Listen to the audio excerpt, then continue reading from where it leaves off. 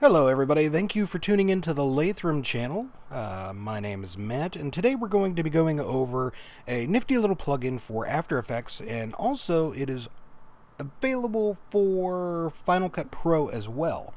If you haven't caught on by now, this is, I believe, Mac only, so if you're a PC user, unfortunately, you're kind of stuck using the warp stabilizer inside of After Effects. But this plugin does a few things, and it's let me find it here.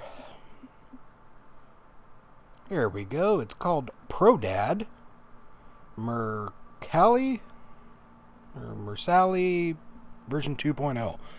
I believe they have version 4 out, but for now we're just going to be going over the version 2.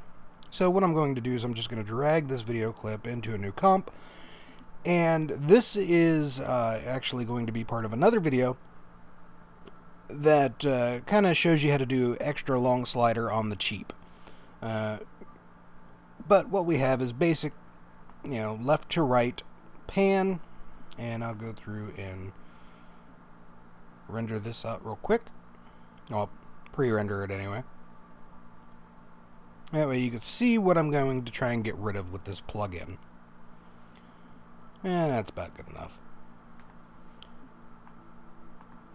So you can see there's a little bit of vibration in the camera. It's not exactly rock steady, rock solid, rock stable. So we're going to take care of that. And what we're going to do is we're just going to drag this Mercalli or Marcalli or whatever you want to call it onto our footage. Now we're going to leave this information up here alone. I don't have to really worry about rolling shutter compensation because there's not a whole lot of rolling shutter in this video. But I am going to have the smooth shot panning set at the default around 40%, and I'm going to let it zoom in a good 30% with the avoiding borders selected or checked, and I'm going to let it go full frame. Now, if I click on this, I should, I'll keep the camera dynamic, and you know what? I will leave the roll compensation at 50%. This is basic, stock, run-of-the-mill settings. I'm just going to hit OK and let it do its thing. Now, as you can see in this little window here, it's essentially analyzing the footage, not too dissimilar from what Warp Stabilizer would do.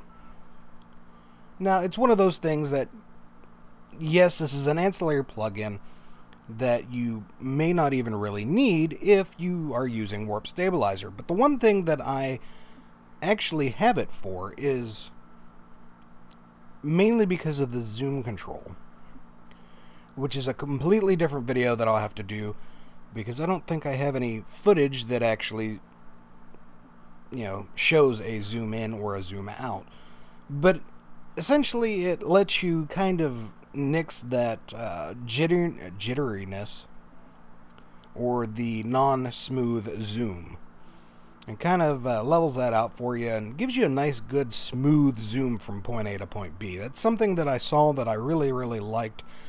Granted, I don't zoom a whole lot, but at the same time, I wanted to leave it as an option in case I ever had to deal with it. Now that this is about done,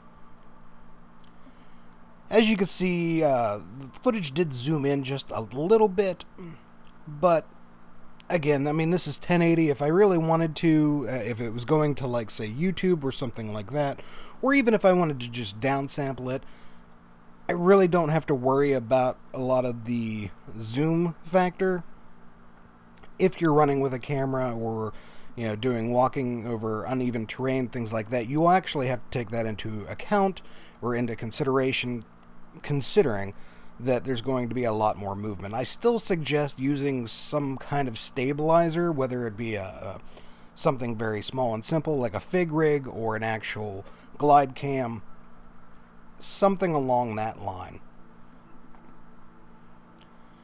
But as you can see in the footage now, it's a hell of a lot smoother than it used to be. I mean, you got rid of all that jitter. There's no, moving about. You don't have to worry about, in this case we used a suction cup mount. You don't have to worry about any vibrations running through that. I mean, it overall does its job fairly well. And it's not exactly the longest of renders either. So what I'm going to do is I'm just going, actually, you know what? I'm done with After Effects for the most part, so I'll quit out here, don't save, and I'll bring up a couple things here. This is the original footage, like I said. I mean, you can see the shake in the footage. It's not exactly the greatest. Oh, that's interesting. Yeah, don't send.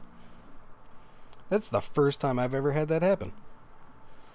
But anyhow, you can see the shake in it. It's not exactly what you would want.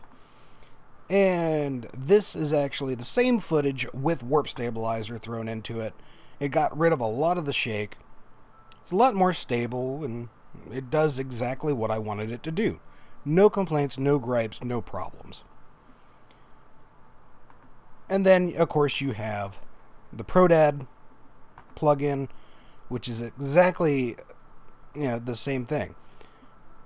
There's no jitter, there's no movement really, nice and smooth, exactly what I wanted, at least for this demonstration. I didn't really push it as far as I would typically push something, but at the same time, for something simple like the slider, completely happy with it.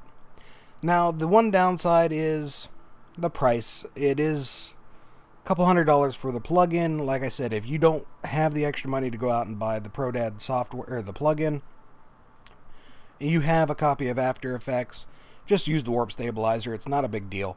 But if you wanted something to help you with the zoom, if you wanted to control your, a smooth zoom, rolling shutter, and other effects such as that, then you might want to look into it.